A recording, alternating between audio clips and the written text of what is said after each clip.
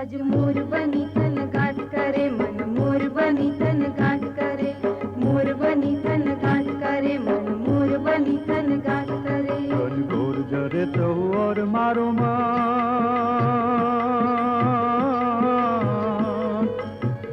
मारो मन मोर बनी तन गाट करे मन मोर बनी तन गाट करे मन मोर बनी तन गाट करे आज मोर बनी तन गाट करे मन मोर बनी तन गाट करे मोर बनी तन गाट करे।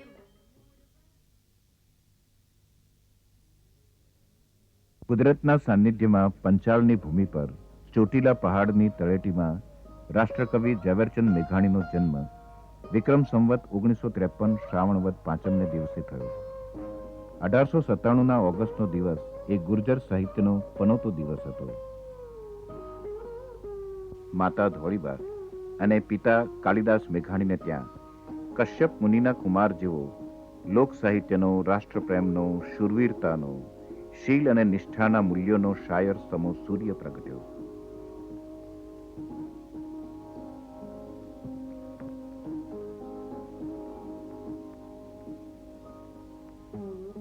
કવિનો જન્મ ચોટીલા ડુંગરની તળેટીમાં બ્રિટિશ રાજ્યના અઘોરવાસ ગણાતા પોલીસ થાણામાં થયો હતો.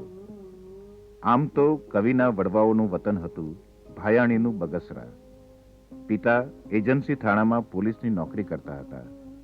આથી વારંવાર બદલી થતી રહેતી. મેઘાણીના જન્મ પછી પિતાની બદલી લાખાપાદરમાં થઈ.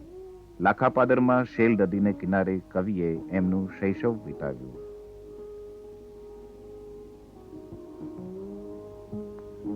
કાઠિયાવાડ એજન્સી પોલીસના એક નાના દરજ્જાના અમલદાર તરીકે મેઘાણીના પિતાની બદલી બગસરા, ચોક, દાઠા, ચામરડી, લાખાપાદર વગેરે જગ્યાઓએ થતી રહી.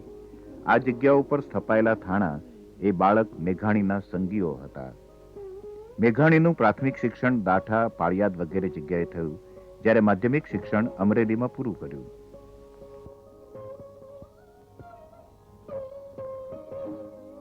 મેઘાણીના જીવનમાં કવિતાના પ્રથમ પાઠો જૈન સ્તવનોથી રચાયા.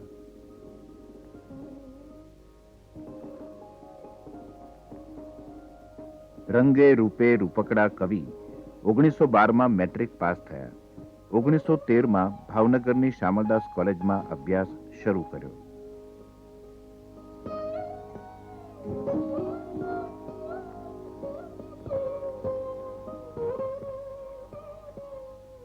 ભણતર દરમિયાન કવિ ભાવનગરની મહિલા વિદ્યાલયમાં ગાવા જતા.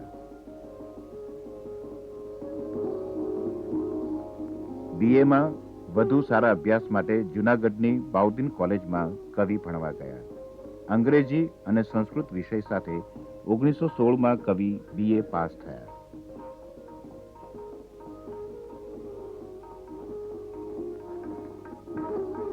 સમજણા થયા ત્યારથી કવિ જ્ઞાન તરસ્યા હતા. એમને વાંચવાનું ઘેલું લાગ્યું હતું.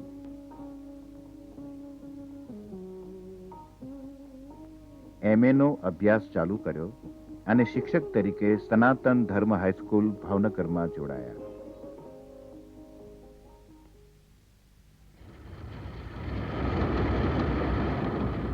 ત્યારબાદ મોટા ભાઈની બીમારીનું સાંભળી 15 દિવસ રજા લઈ મેઘાણી કલકત્તા ગયા.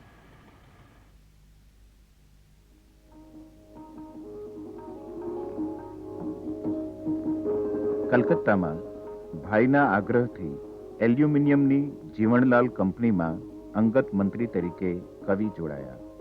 સનાતન ધર્મ હાઈસ્કૂલની નોકરી એમણે છોડી દીધી.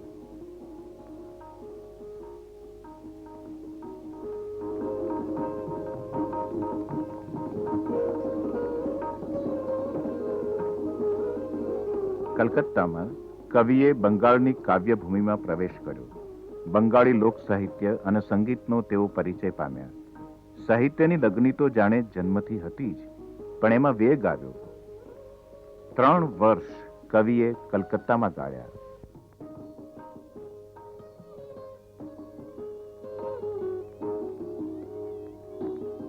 ઓગણીસો 19માં કવિએ જીવનલાલ કંપનીમાંથી શેઠ સાથે બ્રિટનનો પ્રવાસ ખેડ્યો. કવિ મેઘાણી અંગ્રેજી ભાષા પર અપૂર્વ કાબુ ધરાવતા, એટલું જ નહીં, અંગ્રેજી કવિતાના અભ્યાસુ હતા. ઇંગ્લેન્ડના ટૂંકા પ્રવાસમાં અંગ્રેજી સાહિત્ય અને લોકગીતોનો રસાસ્વાદ માણવાનું એ કેમ ચૂક્યા હોય? પણ ઝવેરચંદ તો ગયા હતા કંપનીને કામે. આ વાણીઓ સાહિત્યનો જીવ હતો. એ વેપલો કરવાનો હતો, પણ એ વેપલો દુન્યવી ન હતો, હાટડીનો ન હતો. એ વેપલો આતમના સુરોનો હતો. સોરઠની ધીંગી ધરતીનો અતીત ઇંગ્લેન્ડની ધરતીના અતીતથી પ્રેરણા પામ્યું હશે. વિલાયતથી પાછા ફરેલા કવિ મેઘાણીને વતન ખેંચતું હતું. સોરઠની ધરા સાદ પાડી પાડીને એમને પુકારી રહી હતી, કારણ એ તો હતા શબ્દોના સોદાગર.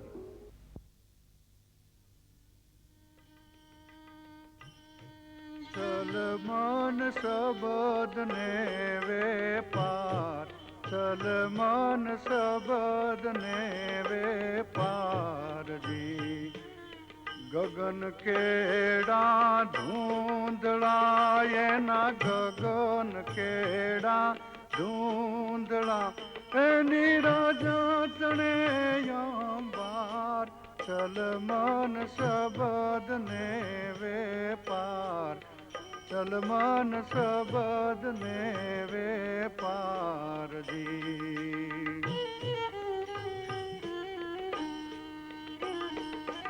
આત્મની હેરણ પર જે દિયાનુભવ પછડાયજી. આત્મની હેરણ પર જે દિયાનુભવ પછડાયજી. તે દી શબદના તણખા જરે ભાઈ, તે દી શબદના તણખા જરે એજી રગ રગ કડાકા થાય. સલમાન શબદ ને વેપાર, સલમાન શબદ ને વેપાર, સલમાન શબદ ને વેપાર, સલમાન શબદ ને વેપાર. કલકત્તાથી નીકળતા પહેલા એક સ્નેહીને લખેલો પત્ર કવિ ઝવેરચંદની મનસ્થિતિને વર્ણવે છે. 25 વર્ષના મેઘાણીએ તારીખ 18/9/21 દિવસે લખેલો પત્ર. હું આવું છું, હું આવું છું. વગડામાંથી ગાયો પાછી ફરી રહી છે. એના કંઠની ટોકરીનો ગંભીર અવાજ મારે કાને પડે છે. મંદિરમાં ઝાલર વાગવા લાગી છે. હું પણ એકાદ માસમાં પાછો આવું છું, ધરાઈને આવું છું. કવિ મેઘાણીને જાણે અંતઃસ્ફુરણા થયું હોય તેમ એ પાછા વતનમાં આવ્યા. સૌરાષ્ટ્રની ધરતી તેના આ પનોતા પુત્રને સાથ પાડી રહી હતી. કવિનો પ્રતિસાદ હતો, હું આવું છું, હું આવું છું. ગુજરાતના લોક સાહિત્યની કોઈ પુનિત પળ હશે, અથવા તો સોરઠની ધરતીનો કોઈ અગમ સાદ હશે. 1921માં કવિ મેઘાણી સૌરાષ્ટ્ર પાછા આવ્યા. વતનને સાદે બગસરા આવેલા મેઘાણીને વાસુરવાળાનો સથવારો મળ્યો. કવિના ભીતરમાં તો શૈશવ કાળથી જ લોક સાહિત્યના રસઝરણા વહ્યા કરતા હતા. એ પ્રવાહને કળનારો કળો મળી ગયો. કલાપીના બાલ સ્નેહી, સાહિત્ય રસિક, ધર્મપ્રિય, અનુભવી સજ્જન હડાળાના દરબાર વાસુરવાળા. કથા વાર્તાના કોઠાર સમા ગઢવી સામંતભાઈને ત્યાંથી વાર્તાઓ સાંભળી કવિએ એને પોતાની શૈલીમાં લખી. સગાવાલાઓ વચ્ચે વીંટળાયેલા મેઘાણીને લગ્ન માટે સગાઓએ પીછો કર્યો. એકલવાયુ જીવન વિતાવવા માંગતા મેઘાણીના લગ્ન જેતપુરમાં રહેતા દમયંતીબેન સાથે થયા. કવિએ જુદા જીવનની યાત્રા આરંભી. મેઘાણીના મિત્ર ગુલાબચંદભાઈને નોકરી વશાત એ જ અરસામાં વિવિધ ગામોમાં મુલાકાતે જવાનું થયું. એમણે મેઘાણી અને દમયંતીબહેનને તેમની સાથે જોડાવા કહ્યું. મેઘાણી લગ્ન બાદ જુનાગઢ, થાણા, દેવડી, વાડિયા, જેતપુર વગેરે ખૂબ જગ્યાઓએ ફર્યા.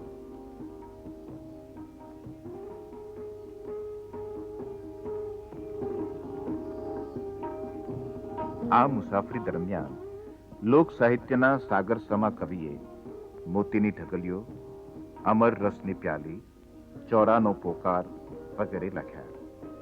એક જમાનો હતો જ્યારે ચોરો ગામની, ગામના લોકોની, ગામના ઇતિહાસની એક જીવતી જાગતી તવારીખ હતી. ત્યાં શૌર્ય, પ્રેમ, માનવતા, ત્યાગ, બલિદાન અને ગર્વની ગાથાઓ રચાતી અને કવાતી. ભાંગી પડેલા ચોરાનો આર્તનાદ ચોરાનો પોકારમાં નિરૂપાયેલો છે. અમૃતલાલ શેઠના આમંત્રણથી સૌરાષ્ટ્રના તંત્રી મંડળમાં કવિ જોડાયા. કવિના 2-3 લેખ સૌરાષ્ટ્રમાં છપાયા અને તેના માલિક અમૃતલાલ શેઠે તેમની કલમનું કૌવત પીછાણ્યું. હડાળાની ડેલીમાં વાસુરવાળા સાથે ગાળેલી રાતોની રાતોમાં ચારણ કવિઓ, વહીવંચા બારોટો સાથે વાર્તાલાપ કરીને મેઘાણીએ અનેક કથાના પાયા ચણ્યા અને પછી તો તેનો અમલ ચડ્યો.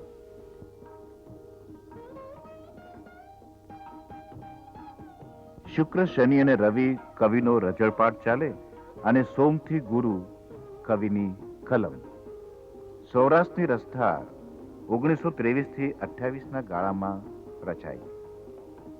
સૌરાષ્ટ્રની ધરતીના ડુંગરે ડુંગરને,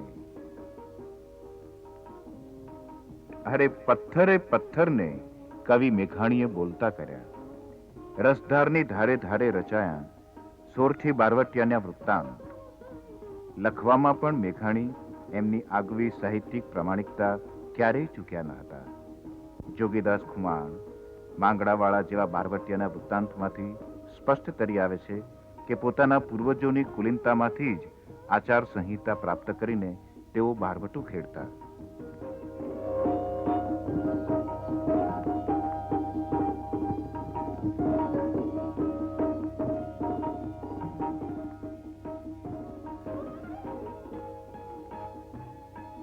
બારવટિયાઓનું ટેકીલાપણું પણ ગજબનું હતું. ચાંપરાજવાળાની બાધા પ્રમાણે પૂજા કરતા એક કમળ ખૂટ્યું અને એણે પોતાનું માથું ધરી દીધું. હીરુબાઈની વાત તો સાવ નોખી જ છે. દીકરા નામની વાર્તામાં પુરુષ સમોવડી હીરબાઈ બારવટિયાને ભાલો ખૂંપાવી દે છે ત્યારથી હીરબાઈ સોરઠની ભૂમિ પર નામાંકિત થઈ ગઈ. આજે પણ લોકો એના મંદિરે બાધા રાખી છત્રો ચડાવે છે. શૌર્ય અને શીલની કથાઓની સાથે સાથે કવિની કાવ્ય રચનાઓ તેમજ લોકગીતોના સંગ્રહનું કાર્ય તો ચાલુ જ હતું. હાલરડા, રઢિયાળી રાત, ચુંદડી વગેરે સંગ્રહ કાર્ય અવિરત ચાલુ હતું.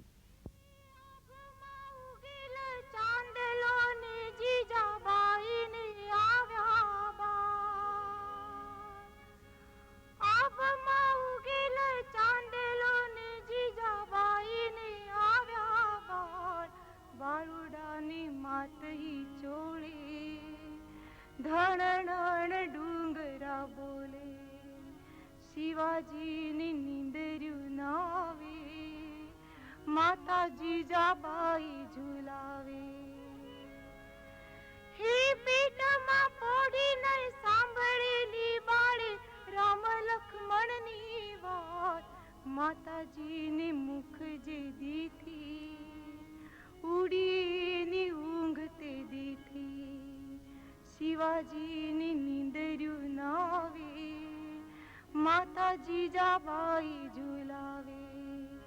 શિવાજીની નીંદર્યું નાવે, માતા જીજાબાઈ ઝુલાવે. 1928માં લોક સાહિત્યના સંશોધક મેઘાણીને રણજીતરામ સુવર્ણચંદ્રક અપાયો. આ સુવર્ણચંદ્રકના તેઓ પ્રથમ અધિકારી બન્યા. ગાંધીજીએ શરૂ કરેલી સ્વરાજની લડતમાં કવિ જોડાયા અને 1930માં સિંધુડો લખ્યું, જે સરકારે જપ્ત કર્યું.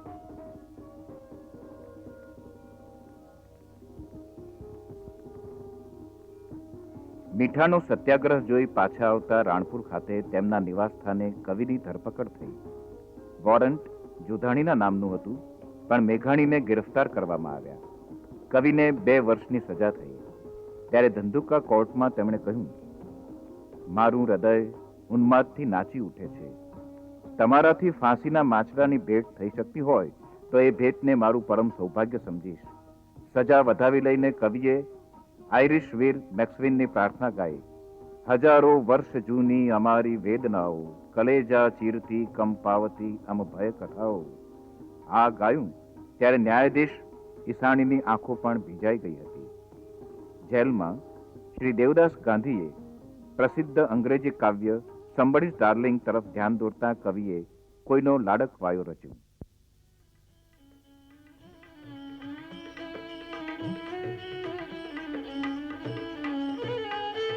રક્ત ટપકતી સો જોડે સમરાંગણ થી આવે, केसर वर्णी समर सेविका कोमल सेज बिछावे घायल मरता मरता रे मातनी आजादी गावे, मातनी आजादी गावे.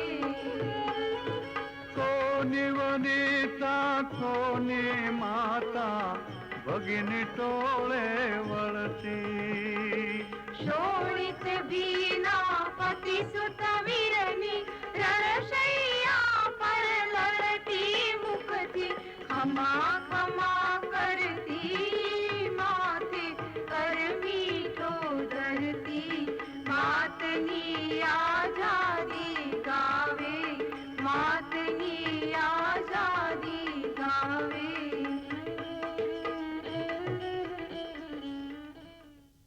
1931માં ગાંધીજીએ ગોળમેજી પરિષદમાં જવાનું સ્વીકાર્યું ત્યારે મેઘાણીએ લખ્યું, છેલ્લો કટોરો.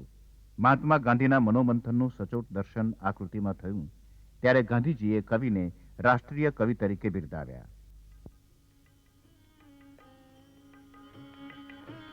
છેલ્લો કટોરો ઝેરનો આપી જજો બાપુ, સાગર પીનારા અંજલિ નવ ઢોળજો બાપુ. હે છેલ્લો કટોરો ઝેરનો આપી જજો બાપુ, સાગર પીનારા અંજલિ નવ ઢોળજો બાપુ, નવ ઢોળજો બાપુ, નવ ઢોળજો બાપુ.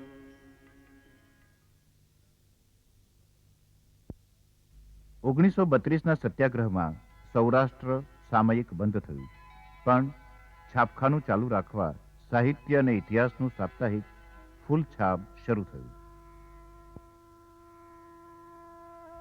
ફરી પાછા બોટાદમાં જઈને વસવાનો કવિએ નિર્ણય કર્યો. 1933માં એમને કારમો આઘાત લાગ્યો. તેમના પત્ની દમયંતીબહેને અગ્નિ સ્નાન કર્યું. મેઘાણીના અંગત જીવનની એ સૌથી દુઃખદ અને હલબલાવી નાખે એવી ઘટના હતી. ફરી કવિને આ આઘાતે સૌરાષ્ટ્ર છોડવા મજબૂર કર્યા હશે.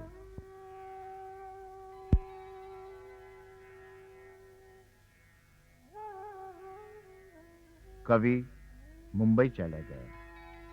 કવિ પોતાના શબ્દોમાં કહે છે કે કાળ સંયોગે મારા જીવતર પર હિમ પાડ્યું. આંગળાઓને જે હિમે થીજવ્યા હતા એ હિમ પર મિત્રોના સ્નેહ કિરણો ચમકતા રહ્યા. અને ફરી ફરી મારા છૂટા થયેલા આંગળાઓએ કલમ લીધી. આમ પુનર્જીવિત થયેલી આંગળીઓએ રચાયા પલકારા અને પ્રતિમાઓ. સોરઠી સંતોમાં સંત દેવીદાસની, દાના ભગતની વાર્તાઓ લખાય. એ સોરઠી ભક્તોની ભાવના એમના સત્યશીલના અને ઈશ્વરી સ્વરૂપને લેખણમાં ટાંક્યા. મંદિરના માંડવા કે ચમત્કારી કુંડો, જ્યાં અવધૂતોની ધૂણી ધકતી, જ્યાં કીર્તનકારોના ઢોલ મંજીરા ગુંજી ઉઠતા, ત્યાં કવિની કલમ નાચી ઉઠતી.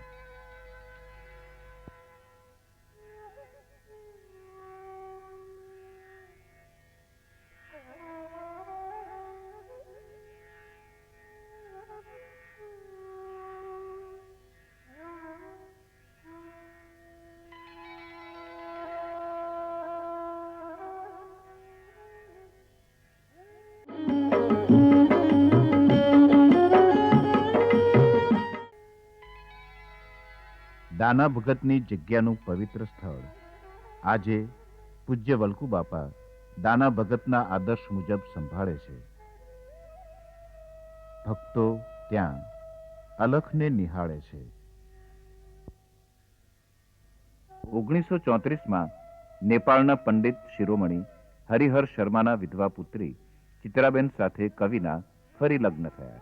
1936માં ફૂલછાબનું નાવ ડોલતું હતું. મેઘાણી તંત્રી તરીકે આવે તો ફૂલછાપ તરે એવું સૂચન થયું. મેઘાણીએ તંત્રી પદ સ્વીકાર્યું અને વતન પાછા આવ્યા. આમે સોરઠની ધરતી એમને ક્યાં છોડવી હતી? બોટાદનું એ સ્ટેશન અને એક જૂની યાદોથી ભરેલું હતું. કવિએ બોટાદમાં સંસાર માંડ્યો. કુટુંબ કબીલા સાથે જાતે જ બંધાવેલા મનપસંદ ઘરમાં કવિએ જિંદગી શરૂ કરી.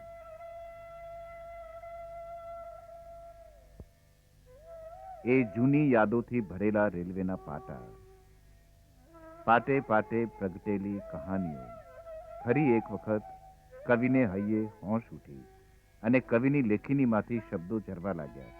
ફરી પાછા બોટાદ અને રાણપુરના ફેરા શરૂ થયા. સ્ટેશન અને રેલવે પ્રવાસ, પ્રવાસ અને પરિશ્રમ, પત્રકારિત્વ અને લેખન વચ્ચેનો સંબંધ ચાલુ જ રહ્યો. બેબીશાળ, તુલસી ક્યારો, સમરાંગણ જેવી નવલકથાઓ ફૂલછાબના છાપરા હેઠળ જન્મી.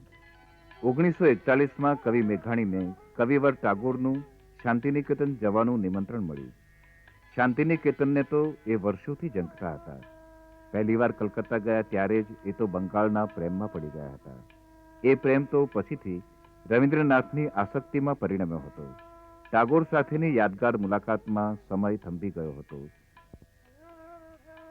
રાષ્ટ્રીય ચળવળમાં અને ગાંધીજીના કાર્યક્રમોમાં સક્રિય રહીને મેઘાણીએ જુસ્સાભર્યા તંત્રી તરીકે નામના મેળવી અને એની સાથે સાથે તેમણે ફૂલછાબને સદ્ધર કરી.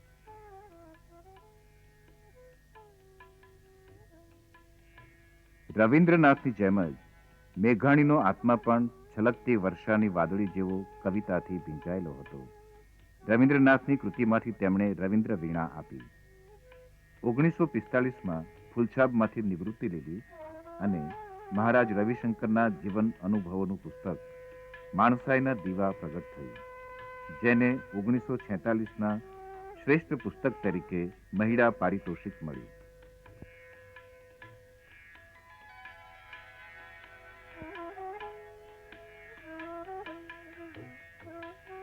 ગોધણની ઘંટડીનો રણકાર અને ગોંદરાની ગોધૂલીને મેઘાણી જીવનભર વફાદાર રહ્યા હતા. એ વફાદારીએ એમને એક જાતનું આત્મગૌરવ અર્પ્યું હતું. મેઘાણી ધરતીના છોરું હતા. પહાડમાં ઉગેલા વૃક્ષોની માફક જ મેઘાણી વિકસ્યા હતા. કુદરતના હરિયાળા ખોળે અને તેના ખરબચડા સ્કંધો ઉપર ઉછરેલા મેઘાણીને ધરતી માટેનો પ્રેમ, ધરતીના નિજી સંતાનો માટેનો પ્રેમ અજોડ હતો.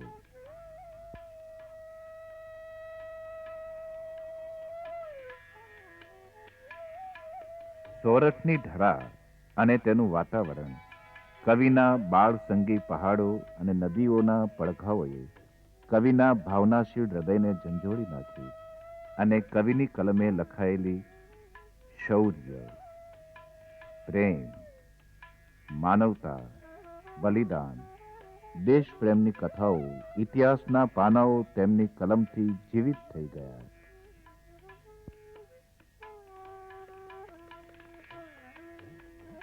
મેઘાણીની લોક હૃદય પ્રત્યેની નિષ્ઠા એ શબ્દોમાં શોધી શકાય. હૈયા ઉકલત પ્રમાણે અંતરાત્માની પ્રેરણાને વશ વર્તીને એકવાર જે દેવ સ્થાપ્યા તે સ્થાપ્યા, પછી આડું અવળું જોવાનું નહીં, એવી નિષ્ઠાથી પોતે સ્વીકારેલા સ્વધર્મને મેઘાણી જીવનના શ્વાસે શ્વાસે વફાદાર રહ્યા હતા. છેલ્લે 1947માં આખરી પુસ્તક પ્રગટ થયું, સોરઠની સંતવાણી, અને 9મી માર્ચ 1947ના દિવસે સોરઠનું ઋણ અદા કરી કવિ અતીતમાં ચાલ્યા ગયા.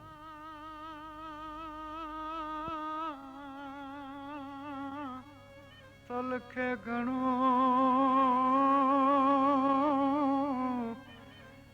અરે યાદ પરાય અન પાણી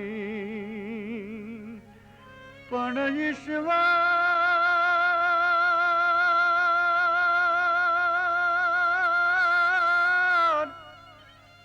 આજ ઈશ્વર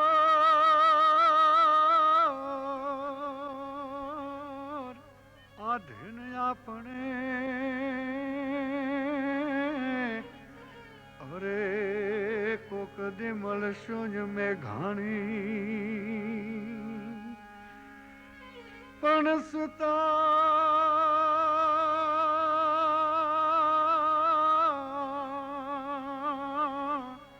જય શમશાનમાં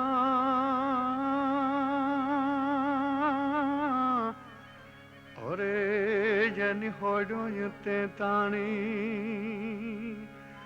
પણ કંઈક વધુ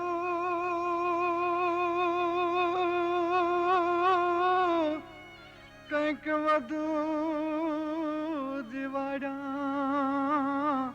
વાણીના અરે તે તો મરદાઈ મેં ઘાણી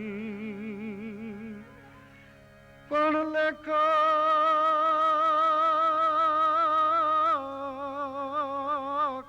સઘળા લોકની અરે એમાં ટાંકુઈ તોળાણી પણ વધી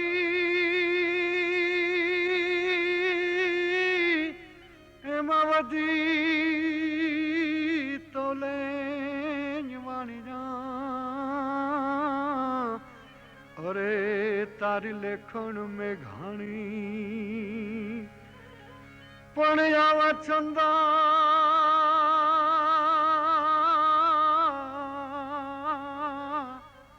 ગીતાન સોરઠા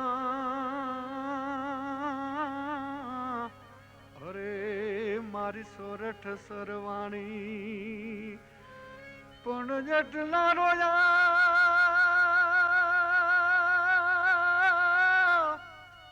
એટલા રોયા રાતે પાણી રે અરે તું તો મરતા જ મેં ઘાણી